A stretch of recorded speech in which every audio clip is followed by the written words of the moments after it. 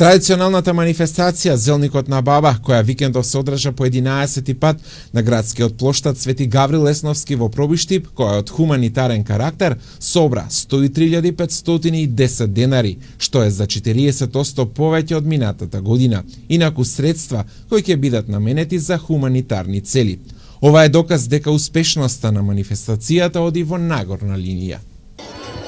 Најпрвин, дозволете ми да им честитам на моите колеги во општината, на раководителот Илеевски за посветеноста изминатиот период, за да Пробишти биде безпрекорен домакин, една организација на вистина на едно високо ниво. Веќе овој настан повеќе пати сме говореле дека станува бренд на нашата општина. Одаваме почит и признание на преубавото Лесново, кој што сметаме дека не е само пробиштипски бренд, туку и македонски бренд, она кое што се приготвувало од таму, Лесновскиот, да кажам, зелник под вршник, пренесено од нашите сограѓанки, од активот на пензионери, од нашите сограѓанки од Пишица, од Ратавици, од Злетово. Секако овде се и Slow Food, со она кое што можев да го забележам и посебно ми е драго оваа година, и нивни подмладоци, за да може тоа да се пренесува од генерација на генерација. Навистина преубав настан. Уште еднаш изразувам благодарност за сите кои што беа инволвирани да Пробишти биде денеска одличен домакин, да можеме да ги угостиме останатите, освен овие кои што ги споменав, 25 посетители или учесници во самиот настан, да ги поздравам и се заблагодарам на сите инволвирани институции кои што беа ангажирани за да денеска преку камерите го пренесете она кое што Пробиштип на вистина сите сограѓани уживаат, секако со нашите гости кои што не се само од Република Македонија, туку имаме гости и од соседна Бугарија и од соседна Србија. Кога започнавме со организација на оваа манифестација, свесни бевме дека од година во година ќе го достигнеме ова ниво.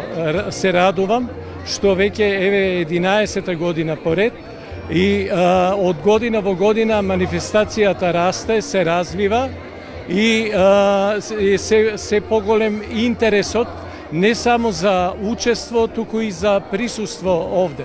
Можете да видите дека од сите страни доаѓаат луѓе, значи од цела Македонија, од Република Србија, од Република Бугарија. Овде на градскиот плоштад годинава имаме рекордна посетеност и рекордно поставување на штандови.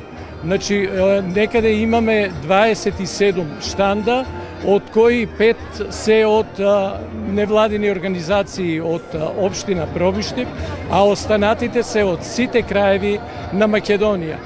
Што значи дека, како што реков, од година во година растеме, се развиваме, имаме одлична програма, имаме вообичаена програма што ќе се случува овде на градскиот плоштад, од демонстрирање на тоа како се изготвува овој специјалитет, потоа работилница за сите кои што се заинтересирани да пробаат да усукаат кора кој што е составен дел од овој специјалитет, надпревар во брзо сукање и низа на други активности. Да не заборавиме дека целата манифестација е од хуманитарен аспект. Зелниците се продаваат на парче, а собраните средства ќе бидат наменети за хуманитарни цели. За најдобра етномаса е прогласена масата на гостите од Конче. Маса која собра највеќе парични средства е масата на пробиштипските пензионери.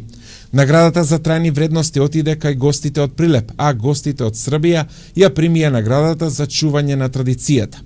Најбрзи во сукање на зелник со 9 кори беа Весна Петрова од Виница и Станојка Милковска од Бисерпром од Скопје.